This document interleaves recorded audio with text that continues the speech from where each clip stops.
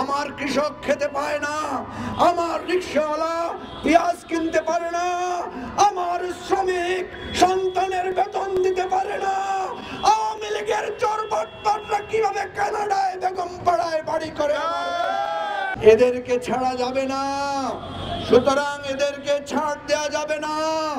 এদের ক্ষমতার মসনদে ভেঙে গুড়িয়ে দিতে হবে।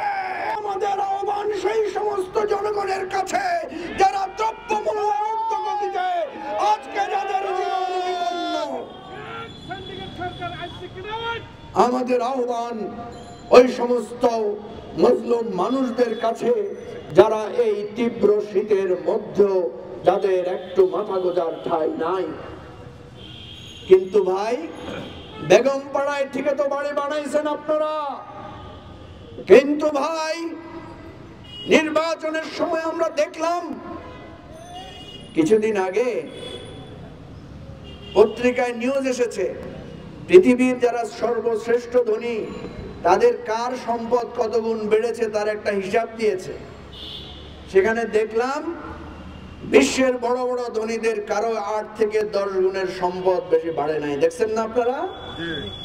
কিন্তু নির্বাচনের সময় হলফনামায় আমরা দেখলাম এই আওয়ামী লীগের চোর বাটপারদের সম্পদ কারো কারো শত শত হাজার গুণ সম্পদ বেড়েছে।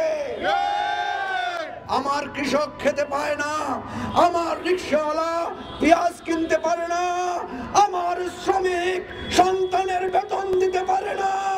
আওয়ামী লীগের চোরবাটপাররা কিভাবে কানাডায় বেগমপাড়ায় বাড়ি করে। সুতরাং এদেরকে ছাড়া যাবে না, সুতরাং এদেরকে ছাড় দেওয়া যাবে না। এদের ক্ষমতার মসনদে ভেঙে গুড়িয়ে দিতে হবে।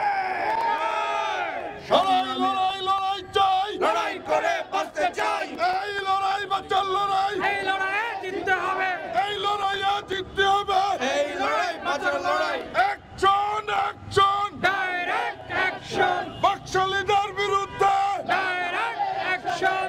গরিব মানুষ যখন অ্যাকশনে নামে, গরিব মানুষ যখন লড়াই করতে নামে, পৃথিবীর ইতিহাস বলে সেই লড়াইয়ে কখনো পরাজয় আসে না, সেই লড়াইয়ে বিজয় আসে।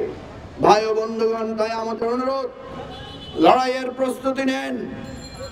ওই রাস্তায় শুয়ে থাকা মেহনতি মানুষ, ওই আমার সারাদিন পরিশ্রম করা রিকশাওয়ালা, ওই সন্তানের বেতন দিতে না পারা মজলুম মানুষ, সাগর রুনির হত্যাকাণ্ডের বিচার না পাওয়া ওই অধীর কষ্ট পাওয়া মানুষগুলো, মেয়ের ইজ্জত লুণ্ঠিত হওয়া ছাত্রলীগের সন্ত্রাসীদের বিরুদ্ধে প্রতিবাদী মানুষগুলো, আসেন আমরা সবাই জোট বাঁধি, আমরা সবাই একসাথ হই।